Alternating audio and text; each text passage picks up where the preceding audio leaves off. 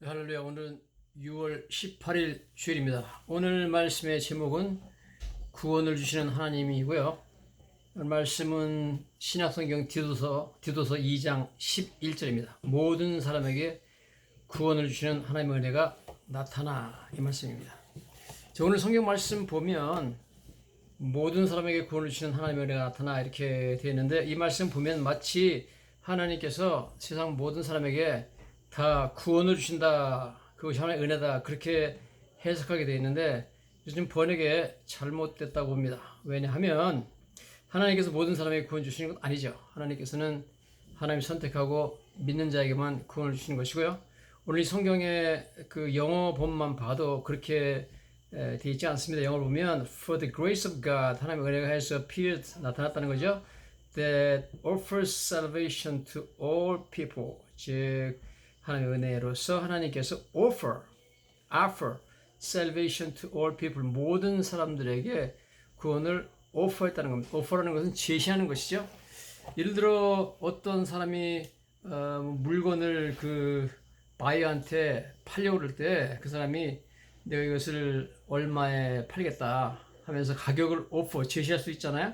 그것을 바이어가 받아들일 수 있고 안 받아들일 수 있고 하는 것은 바이어의 자유입니다. 그렇기 때문에 오퍼링 하는 거죠. 즉 하나님께서 모든 사람에게 구원을 오퍼했습니다. 구원을, 예수를 믿으라고, 이것이 구원받는 길이라고 오퍼를 했지만 사람들이 받아들일 수도 있고 안 받아들일 수도 있다, 그런 의미죠. 모든 사람에게 구원을 주시는 하나님이 아니라 모든 사람에게 구원을 오퍼링, 제시하는 하나님, 이렇게 번역을 해야 맞을 것입니다.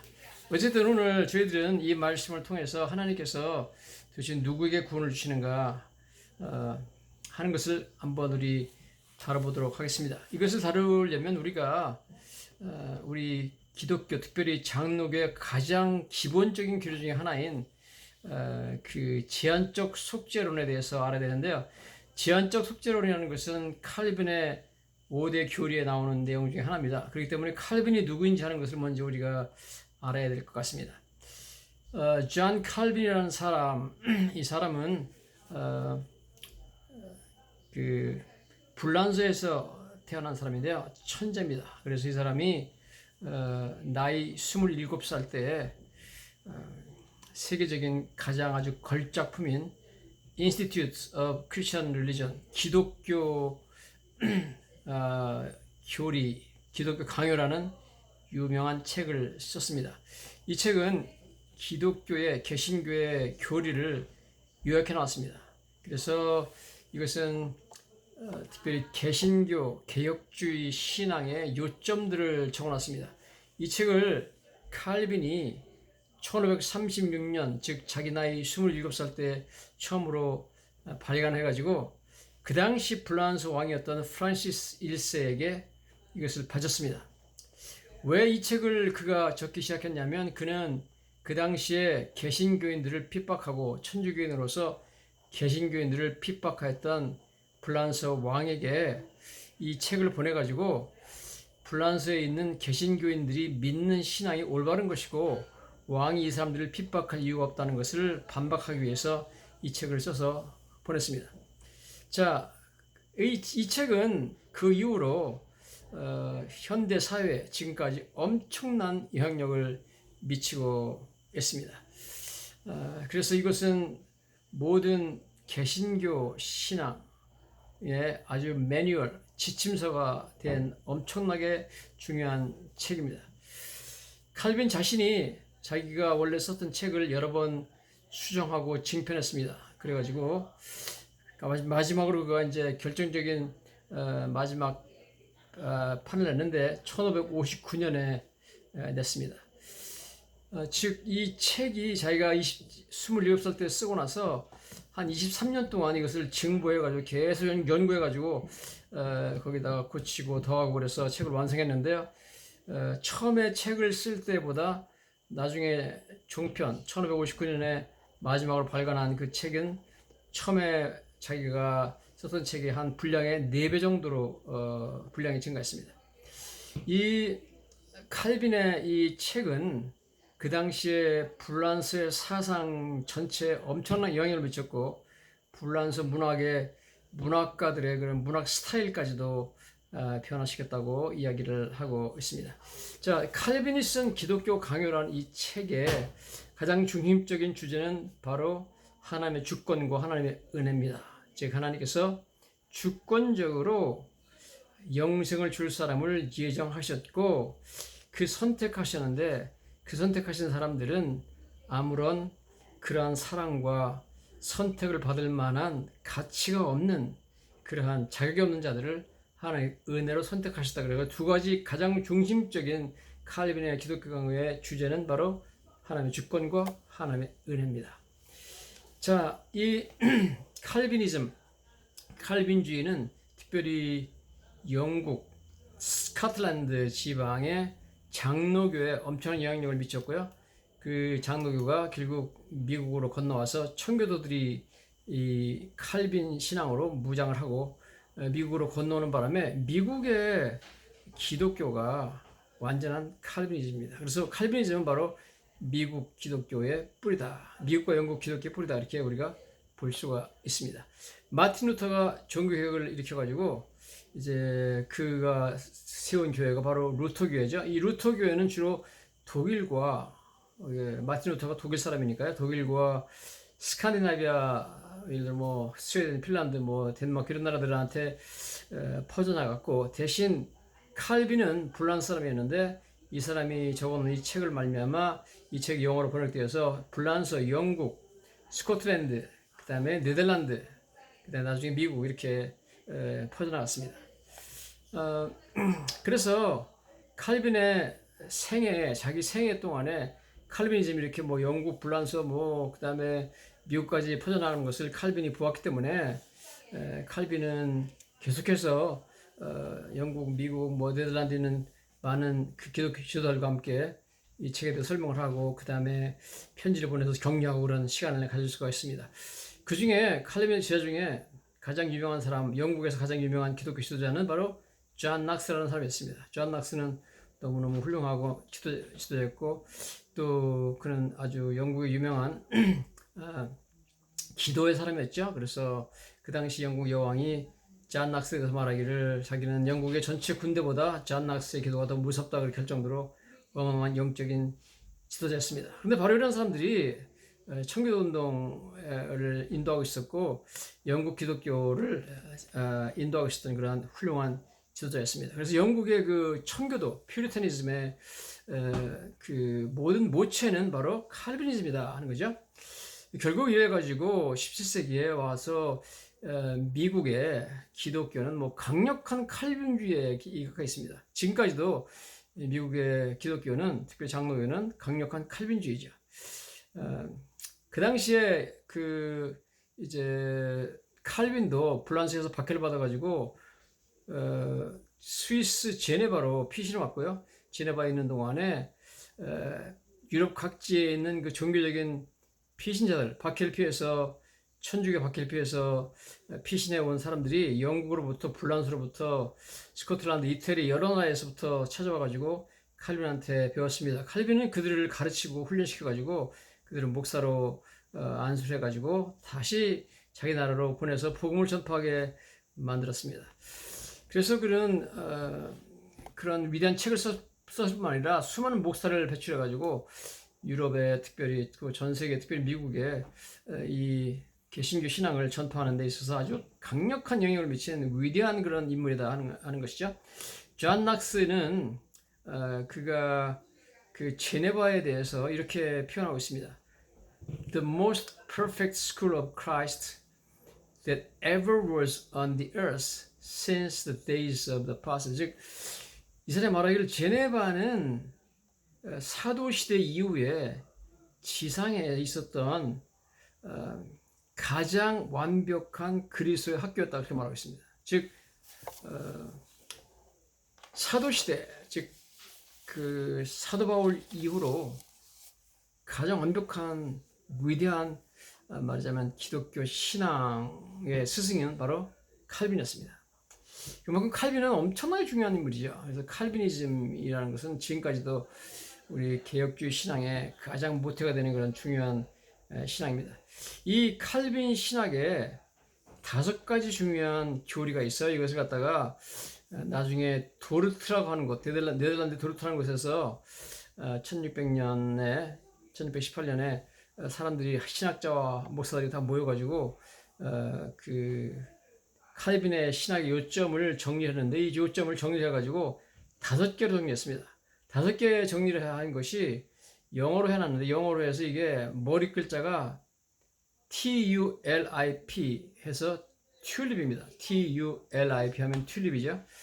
T는 뭐고 U는 뭐고 L은 뭐고 I는 뭐고 P가 뭔지 설명을 제가 해드리겠습니다. 소위 칼빈의 튤립 5대 교리, 이것은 너무너무 중요한 교리입니다.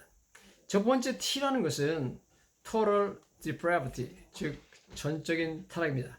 자, 전적인 타락이라는 것은 뭐냐 하면 인류가 에덴 동산에서 이제 죄를 지고 타락했을 때 그의 전 존재가, 모든 존재가 타락했다. 그래서 영적으로 죽은 상태에 있었다. 에베소 2장 1절에 그는 허물과 죄로 죽었던 너희를 살리셨다 했기 때문에 우리 그 당시에 벌써 이런 영적으로 완전히 죽어서 마치 무덤 속에 죽어서 썩어가고 있던 나사로 같은 존재였다. 그런데 예수님께서 나사로야 나오라 그래가지고 나사로가, 죽었던 나사로가 살아나는 것처럼 완전히 영적으로 타락한 total depravity, 영적으로 완전히 죽어있던 사람들이 예수님께서 복음을 통해서 나사로야 나오라고 불렀을 때 그 영혼이 살아서 나왔다, 그 얘기예요. 그래서 그 total depravity, 전적인 타락인데 이것은 인간의 능력으로는 그 영혼이 다시 살아날 수 없는 상태였고, 즉 이가 total depravity라고도 부르지만 total inability, 전적인 무능이라고 부르죠. 즉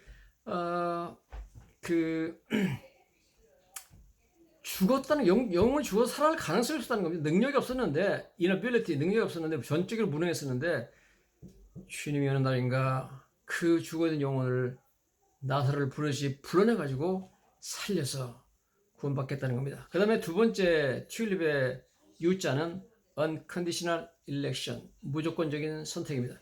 자, 이 무조건적인 선택이라는 것은 우리가 그것을 이해하시려면 조건이 없이 선택하셨다, 그런 말씀인데, 그걸 이해하시려면 우리가 로마서 9장 15절 16절을 가봐야 됩니다. 그래서 로마서 9장 15절 16절을 보면은 이렇게 말씀이 나와 있어요. 모세에게 이르시되 내가 긍휼히 여길 자를 긍휼히 여기고 불쌍히 여길 자를 불쌍히 여기라 하셨으니 그런즉 원하는 자로 말미암음도 아니요 다른 박질하는 자로 말미암음도 아니요 오직 긍휼히 여기시는 하나님으로 말미암습니다. 즉 하나님께서 어떤 사람을 예정해서 영생을 주시기로 작정을 하셨는데 이 작정 예정한 자는 하나님께서 미리 그 사람을, 하나님 다 아시니까 미리 보시고 이 사람이 태어난 이후에 착하게 살 거야, 또 예수님을 잘 믿을 거야, 이 사람이 좋은 일을 많이 할 거야, 그런 어떤 좋은 점이 있어가지고 그것을 보시고 그 사람을 하나님 자를 선택한 것이 아니라는 겁니다. 만약 그렇게 어떤 좋은 점을 미리 아시고 선택했다면 그것은 은혜가 아니죠. 은혜는 자격이 없는 자를 사랑하시는 사랑을 은혜라고 합니다. 자격이 있어가지고 선택했다면 그것은 공로지 은혜가 아니라는 거죠. 자, 그러므로 칼빈의 얘기는 하나님의 선택은, 어떤 사람에게 영생을 주고 어떤 사람을 천국으로 보내줄까 하는 선택은 하나님의 주권적인, 무조건적인 선택이지 어떤 조건이 있어서 한 것이 아니다. 즉 하나님께서 이 사람이 앞으로 태어나가지고 하나님 잘 믿고 충성하고 봉사 열심히 할 거야, 그걸 보고 한 게 절대로 아니고, 오히려 인간적으로 볼 때 아무런 구원받을 만한 자격이 없는 사람을 선택하셔서 영생을 주시고 결정하셨다. 그래서 놀라운 그러한 하나님의 은혜. 그러므로 하나님 왜 그 사람을 선택했냐 그러면 하나님께서 무슨 소리냐, 그것은 나의 주권이다. 즉 내가 긍휼히 여길 자를 긍휼히 여기고 불쌍히 여길 자를 불쌍히 여긴다. 그래서 하나님의 주권으로서, 주권 행사로서 하나님께서 무조건적으로 선택하셨다는 겁니다. 그게 바로 U죠. Unconditional Election. 근데 세 번째는 튤립의 L입니다. L은 Limited Atonement, 제한적인 속죄라고 합니다. 제한적인 속죄라는 것은 예수님께서 십자가에 죽으셔서 다른 사람의 죄를 대신해서 죽으셨는데, 누구의 죄를 대신해서 죽으셨느냐? 예수님이 죄값을 치른 사람은 인류 모든 사람의 죄를 다 짊어지시고 죄값을, 그들의 죄값을 치르신 것이 아니라 하나님이 선택한 자들의 죄값만 치셨다는 겁니다. 이게 제한적인 속죄라는 거예요. Limited Atonement. 자,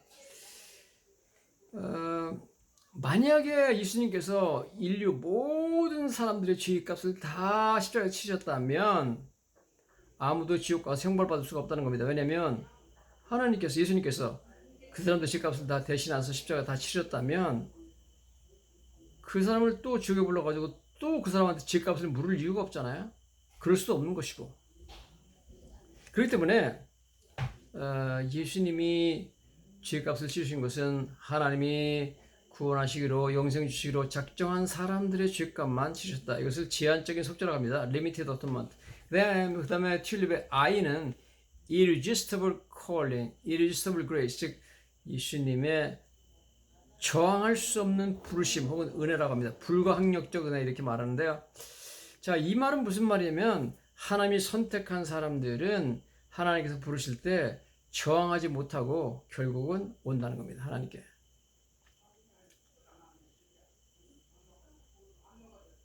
하나님이 부르실 때요,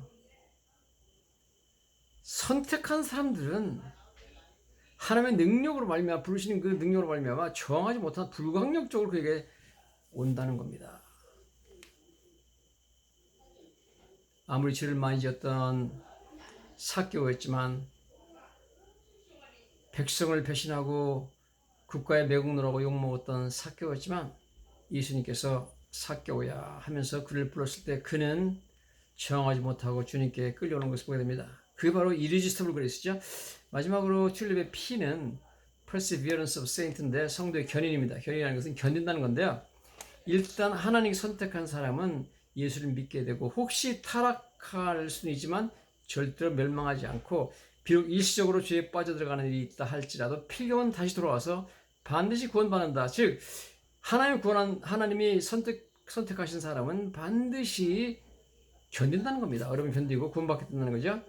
왜냐하면 구원은 처음부터 인간이 시작한 것이 아닙니다. 인간이 그만둔다고 그만둬지는 게 아니라 처음부터 하나님께서 예정하시고 하나님께서 이루신 일이기 때문에 너희 속에 착한 일을 시작하신 이가 예수 그리스도 날까지 이루시기를 확신한다 하는 것처럼 하나님 시작하신 일은 하나님 마친다. 즉 우리 Perseverance of Saint라는 것은 성도, 선택받은 사람들은 반드시 끝까지 믿음을 지키고 결국은 구원받는다 하는 내용이 바로 이 내용입니다.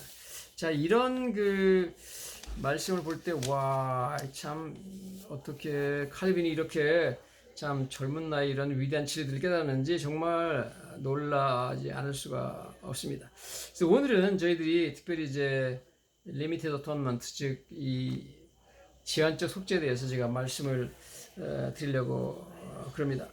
자, 제한적인 속죄라는 것은 다시 한번 말씀드리지만 예수님이 십자가에서 죄값을 치르실 때 예수님께서 모든 사람들의 죄값을 치르신 것이 아니라 각 민족 중에서, 각 세대 중에서 하나님이 택하신 자들을 선택한 사람들의 죄값만을 치셨다 하는 거죠.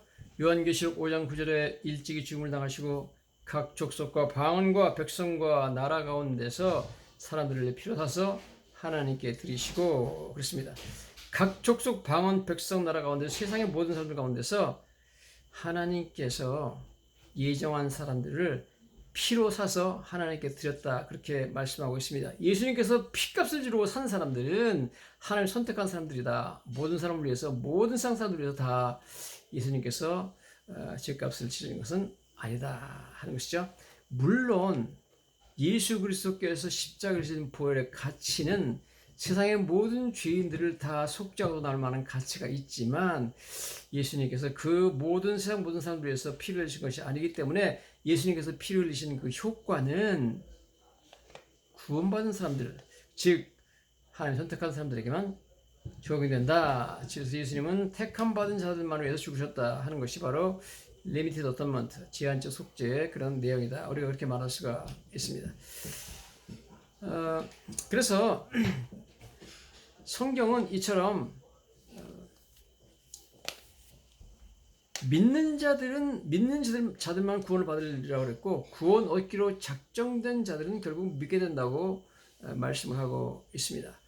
이제 사도행전 13장에 보면 사도 바울이 비시드 안디옥이라는 데 가서 설교를 하게 되죠. 이방인과 그 다음에 유대인들이 있는 곳에서 설교를 하게 되는데 그 중에서 성경에 보면 하나님을 잘 믿을 것으로 생각되었던 유대인들은 아주 극렬히 사도 바울을 반대하고 핍박하고 내쫓아버렸습니다. 그렇지만 그 당시에 사도 바울이 누구나 들을 수 있는 히라보로 설교를 했기 때문에 사도 바울의 말씀을 듣고 많은 이방인들이 기뻐하고 하나님을 찬송하면서 영생을 받기로 작정된 자는 다 하나님께 나오고 사도 바울을 믿었다, 그런 말씀이 나옵니다. 자, 이거 보면 이렇게 나와 있어요.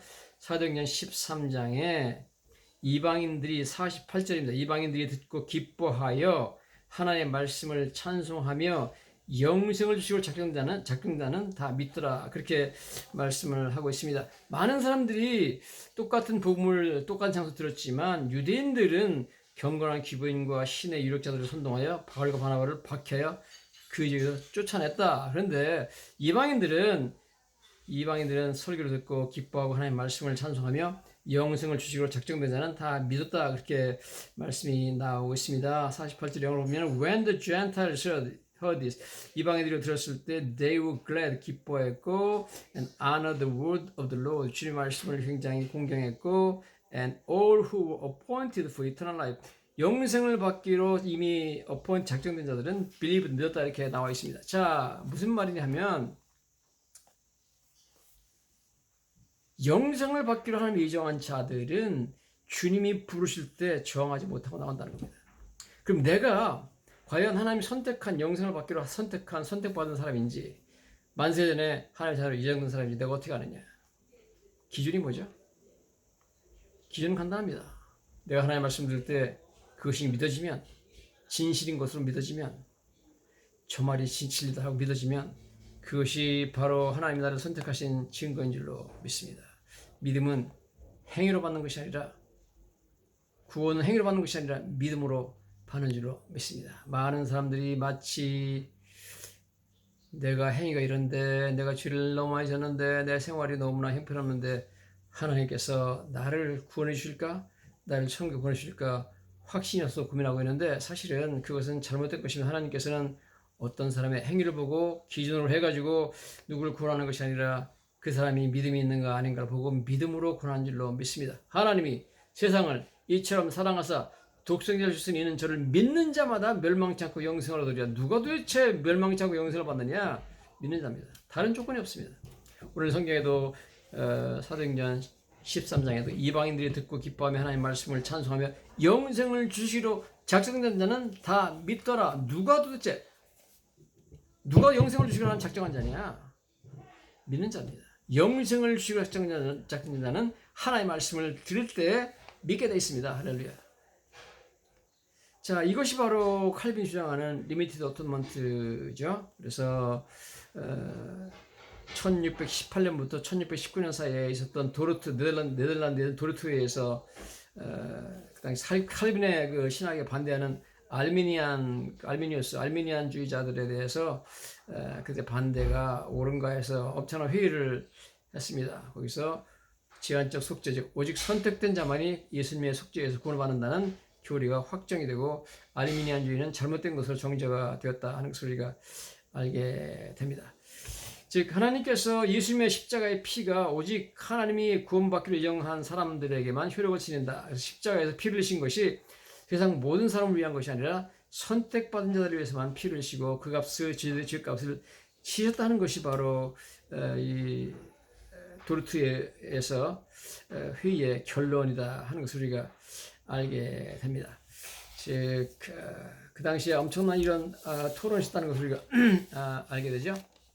그래서 도르트에서 알미니안주의가 그 정죄를 듣죠. 정죄되고 그리스도께서 모든 사람을 위하여 각 개인을 위해서 죽으신 것이 아니라 오직 그를 믿는 자들을 위해서 죽으셨다. 그렇게 결론을 내렸습니다. 자, 성경적인 근거가 있느냐? 성경의 근거는 있습니다. 마태복음 1장 21절에 아들을 낳으니 그 이름을 예수라 하라. 이는 그가 자기 백성을 그들의 죄에서 구원할 자이시며, 예수님은 자기 백성을 구원하러 오신 것이지 자기 백성을 선택하지 않은 사람들을 위해서 십자가를 친 것이 아니다는 겁니다. 요한복음 10장 15절에도 아버지께서 나를 하시고 내가 아버지를 아는 것 같으니 나는 양을 위하여 목숨을 버리나. 예수님이 목숨 버린 것은 양들을 위해서 버린 것이지 양이 아닌 다른 영수들을 위해서 목숨 버린 게 아니라는 겁니다. 자, 요한복음 6장 37절부터 보면 아버지께서 내게 주시는 자는 다 내게로 올 것이요 내게 오는 자는 내가 결코 내쫓지 아니하리라. 나를 보내시니 뜻은 내게 주신 자 중에 내가 하나도 잃어버리지 아니하고 마지막 날에 다시 살리는 것이다. 즉 하나님께서 아버지께서 내게 주신 자, 하나님께서 예수님에게 선물로 준 사람들은 전부 예수님한테 올 것이고 오면은 그들이 예수를 믿고 구원받게 된다는 거죠. 예수님은 내게 주신 자, 하나님께서 선물로 주신 그 사람들을 하나도 잃어버리지 않고 마지막 날에 다시 살리신다, 구원해 주신다는 겁니다. 즉 예수를 믿게 된 저와 여러분들은 하나님께서 예수님에게 준 가장 큰 선물입니다. 예수님이 받는 가장 큰, 예수님이 가장 좋아하는 선물, 가장 기뻐하는 선물은, 가장 필요한 선물은 바로 하나님께서 주신 저와 여러분들 믿는 사람들인 줄로 믿습니다. 구약 성경에도 이러한 사상이 나와 있죠. 이사야서 53장 8절에 보니까 그는 곤욕과 신문을 당하고 끌려갔으나 그 세대 중에 누가 생각하기를 그가 살아있는 자의 땅에서 끊어지면 마땅히 형벌받을 내 백성의 허물 때문이요라 하였으리라. 즉 예수님께서 십자가에서 곤욕과 신문을 당하시고 끌려가신 이유는 마땅히 형벌받을 내 백성, my people, 하나님이 예정하신 백성들을 위해서 예수님이 십자가에서 돌아가신 것이지 다른 사람을 위해서 돌아가신 것이 아니다. 즉 리미티드 어토너먼트, 제한적 속죄라는 거죠. 이사야서 53장 11절 12절에 나오집니다. 그가 자기 영혼에 수고하는 것을 보고 만족하게 될 것이라. 나 이로운 종이, 예수님 말하죠. 자기 지식으로 많은 사람을 이롭게, 모든 사람이 아닙니다. 많은 사람, 많은 사람을 이롭게 한다 했습니다. 그들의 죄악을 친히 담당하리라. 즉 예수님이 죄악을 친히 담당하고 이롭게 하는 사람은 많은 사람이지 모든 사람이 아닙니다. 하나님이 정하신 사람들을 위해서 주님께서 속죄하셨다. 즉 리미티드 어톤먼트를 주장하고 있는 것을 보게 됩니다. 오직 하나님의 사람들, 하나님이 정하신 그 많은 사람들을 위해서만, 그 선택된 자들을 위해서만 주님께서는 피를 지고 죗값을 치셨다 하는 것을 우리는 알게 되는 것입니다. 그래서 만약 정말 예수님께서 나를 대신해서 내 죄를 십자가에서 대신 담당하셨다면, 성경 말씀하는 것처럼, 그러면 우리는 예수님이 내 죄에 대한 죗값을 치셨기 때문에 다시 하나님께 벌을 받을 수가 없습니다. 불가능한다 하는 것이 바로 성경의 말씀이죠. 자, 그러나 우리가 또 성경에 보면 여러 군데 마치 하나님께서 세상 모든 사람들을, 예수님이 세상 모든 사람들의 죄를 다 담당하시고 돌아가신 것처럼 들리는 그런 구절들이 있습니다. 그래서 여기에 대해서 좀 말씀드리려고 하는데요. 요한 1서 2장 2절에 보면 그는 우리 죄를 위한 화목제물이요 우리만 위할 뿐 아니라 온 세상의 죄를 위함이라고 했어요. 온 세상의 죄를 위해서 돌아가셨다. 마치 모든 세상 사람들의 죄를 예수님이 다 담당하신 것처럼 들립니다. 요한복음 4장 42절에 그 여자에게 말하되 이제 우리가 믿는 것은 네 말로 인함이 아니니 이는 우리가 친히 듣고 그가 참으로 온 세상의 구주인 줄 알며, 온 세상의 구주다, 예수님 온 세상을 구하는 분이다 이렇게 나왔기 때문에 이게 온 세상 사람 모두 다 예수님 때문에 구원받는 게 아닌가 그렇게 들릴 수가 있습니다. 요한복음 1장 19절에 요한이 말하죠. 보라 세상 죄를 지고 가는 하나님 어린 양이로다. 저분은 예수님은 세상 모든 죄를 지고 간다. 그러면 모든 사람들이 죄를 다 짊어지고 가신 것이 아니냐. 그게 지금 그렇게 오해할 수 있게 되는 길들이에요. 그 다음에 고린도후서 5장 14절 15절에도 한 사람이 모든 사람을 대신하여 죽었은즉 모든 사람이 죽은 것이다 이렇게 말하고 있습니다. 예수님이 모든 사람 대신에 죽었다. 그러니까 이게 얼마든지 오해할 수 있는 기절인데, 우리가 성경을 통해서 왜 이것이 이 모든 사람이 세상에는 각 사람을 의미하는 것이 아닌지 너무나 잘 알 수가 있습니다. 첫째 우리가 알아야 되는 것은 여기서 모든 온 세상 이렇게 all 혹은 all the world 이런 단어들이 세상에 사는 모든 각 사람을 전부 다 지칭하는 게 아니라는 걸 알 수 있어요. 예를 들어 가지고 누가복음 2장 1절에 그때 가이사 아구스토가 영을 내려 천하로 호적하라 했으니, 천하가 영어 성경에 보면 인타이어 로만 월드, 인타이어 월드입니다. 온 세계가 전부 다 호적하라 했는데, 사실 가이사 아구스토가 영을 내려 호적하라 한 것은 로마 통치 시대, 로마 제국 내에서 지금 아시아의 한국과 중국 이런 나라 다 포함하는 건 아닙니다. 그래서 온 천하라고 말하는 것도 실제적인 온 천하는 아닙니다. 어떤 제한된 사람들을 말하고 있고요. 요한복음 12장 19절에 보면 바리새인들이 서로 말하되 너희가 하는 일이 다 쓸데없다. 온 세상이 그를 따른다. 예수님을 다 따른다는 거죠. 온 세상이 따른 거 아니죠. 그 당시에 그 유대 나라에 있는, 이스라엘 나라에 있는 몇 사람만 예수님을 따랐기 때문에 온 세상이라는 것은 세상에 사는 모든 사람들을 말하는 것이 아니라 각 족속, 방언, 나라, 백성들을 하는 광범위한 세계적인 차원에서의 구원을 말한다. 이렇게 우리가 봐야 될 것입니다. 이런 의미에서 우리는 다시 한번 주님이 우리에게 주신 은혜가 얼마나 놀라우신지 깨닫고, 정말 사도 바울 이후로 가장 위대했던 신학자 존 칼빈이 우리한테 가르쳐주는 가르침이 얼마나 심오하고 얼마나 참 놀라운 것인지 다시 한번 감사하지 않을 수가 없습니다. 하나님께서 주신 위대한 종이죠. 이분의 말씀처럼 우리 같이 전적으로 타락했는데 하나님께서 무조건적으로 우리를 선택해 주시고 전혀 자격이 없는 저희들을 사랑해 주시고 불쌍히 여겼다는 사실에 대해서 다시 한번 우리는 주님께 감사와 영광과 찬송을 드릴 수밖에 없는 줄로 믿습니다. 할렐루야.